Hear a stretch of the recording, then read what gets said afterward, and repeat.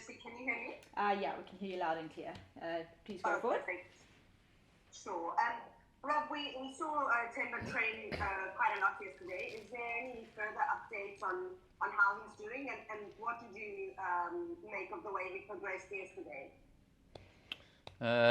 Yeah, yesterday was obviously positive. You guys that were there would have seen him doing a fair bit of training in different manners. So, I mean, that is the update. Obviously, today we'll see again a training. We're just taking it daily. We've seen a progression positively each day, which is awesome. So yeah, we're just ticking off each day as it comes. Thanks, Proteas. Talford, then Keenan. Thanks, Lucy. How's it going? How's it, Talford?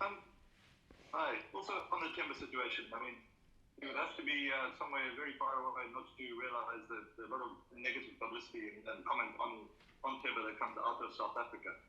And a lot of it says that Temba is undroppable. But, you know, what do you say to those people who say that he's gonna play whatever, whether he's on upper hamstring or not? Is he subject to the same fitness protocols as everybody else? Yeah, absolutely is. I mean, Temba hasn't come into the conversation about being dropped because he's been one of our best batters for the entire year. So, from me, in my point of view, yep, he hasn't scored the runs that he would have wanted to in the World Cup. But every training he looks like he's close, and every game he looks like he's close. So, from that point of view, it's, you know, a good score is just around the corner from him. But as far as being undroppable, no one's bigger than the team at the end of the day. And so, you know, the same goes for everyone. Thanks, Talford. Keenan, then Morgan. Thanks, Lucy. Rob, I'd just like to ask you about your journey as a Proteas coach. It started this year. The team didn't look good when you came in, and you've taken them to 7 wins out of 9 matches in the World Cup. Can you talk to me about that progress that you've made, and was it expected to make that progress so fast as national white ball coach? Thanks.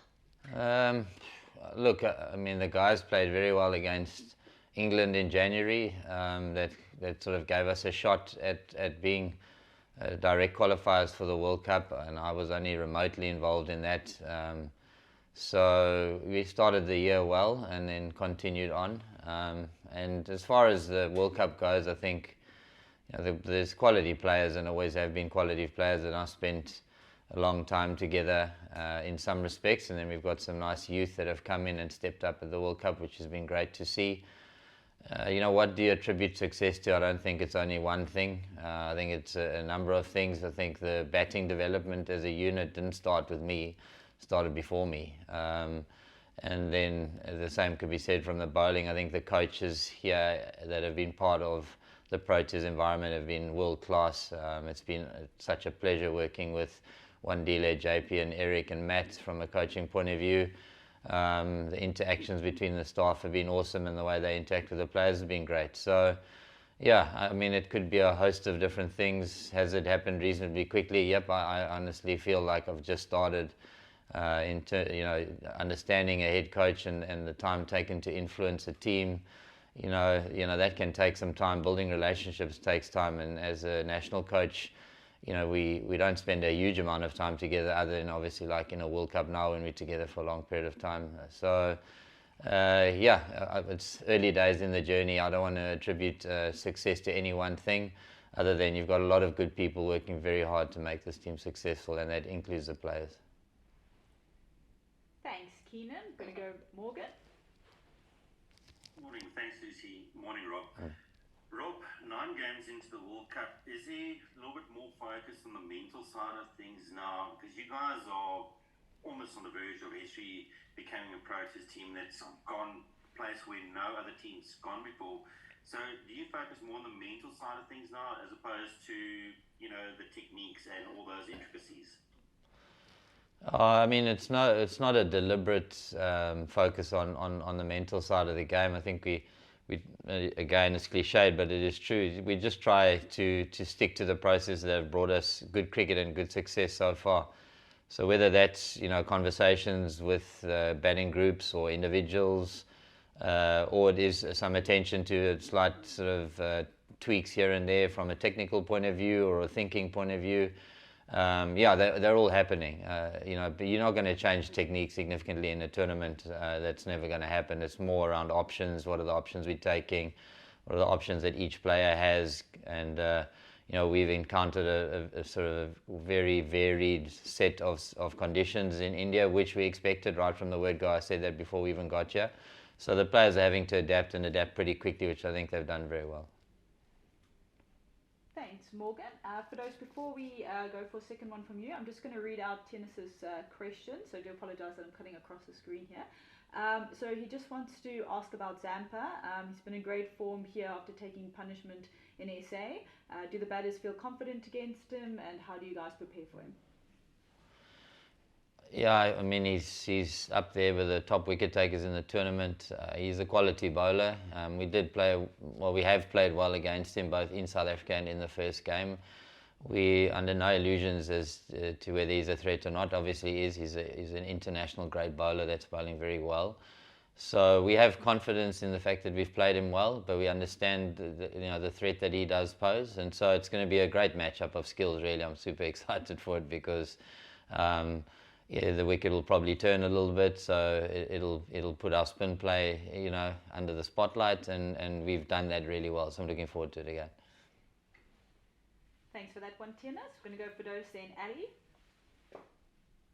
Thanks again, Lucy. Sorry, Rob, just to be 100% clear, so will you take a call on Temba's availability on the morning of the game, or do you expect to be able to make it earlier than that?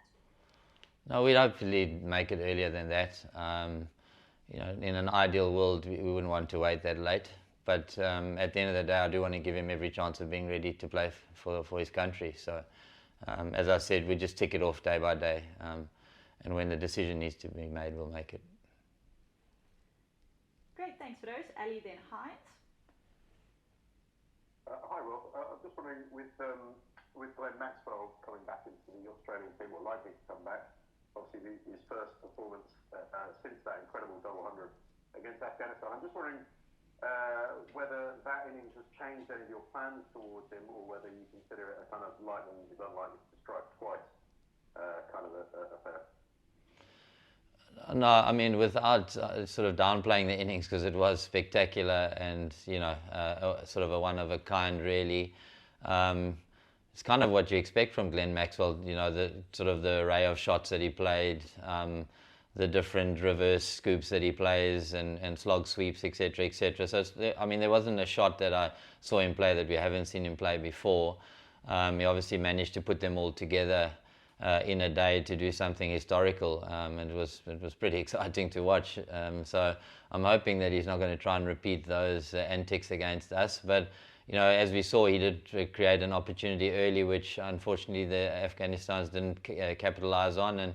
And because of the way he plays, he generally does create some opportunity. So we'll be looking to bowl well, and if he does create something, we'll look to jump on it. Thanks, Ali. Going to go Heinz and Morgan. How's it, Rob? Hope you're well.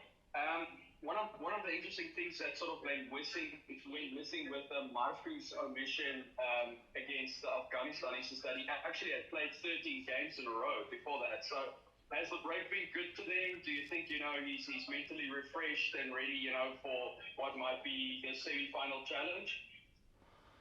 I'm glad you brought it up because there was a lot of unnecessary conjecture as to why he wasn't playing. It was pretty simple that it was a young man with a very high workload that had started in South Africa leading into this World Cup. It was a nice opportunity just to allow him to step away for a bit and refresh.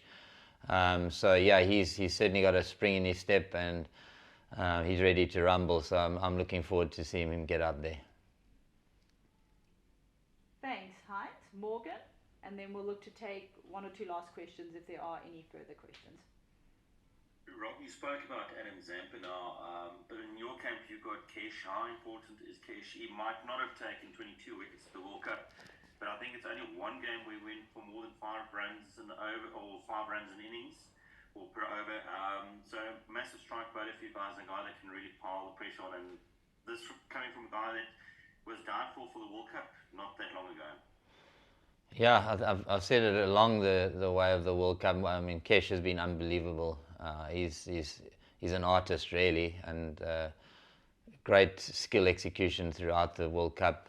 It's been awesome to see him go about his business, as I said, in very different pitches, being able to do a similar role and then also be more of a strike force when the conditions have been in his favour. So yeah, nothing different. He's a very important cog in our wheel. Very clear in terms of what his specific roles are during the game, and how he gets used. So yeah, very important bowler in our group, and looking forward to seeing him roll in the semi-final for sure. Great. Heinz, then on Garma. Rob, just on micro again, are you enjoying also the dynamic that him and a guy like Gerald brings in terms of enthusiasm and almost no baggage, going into a big occasion like this? Yeah, I mean, there's a lot of guys in this team that actually haven't, sort of been part of a semi-final in a World Cup. But these two young lads, have bowled so well.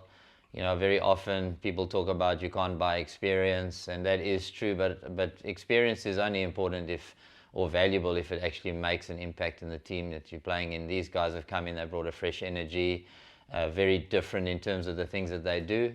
And the skill set that they have, but both being wicket takers. And from a competition point of view, we sort of leading the race in terms of wickets taken in the power play and in the middle phase of the game, and it's no small measure to both their efforts. Ongama? Hi Rob. We've heard Temba talk about how the blueprint for chasing is not as defined as it is for setting scores.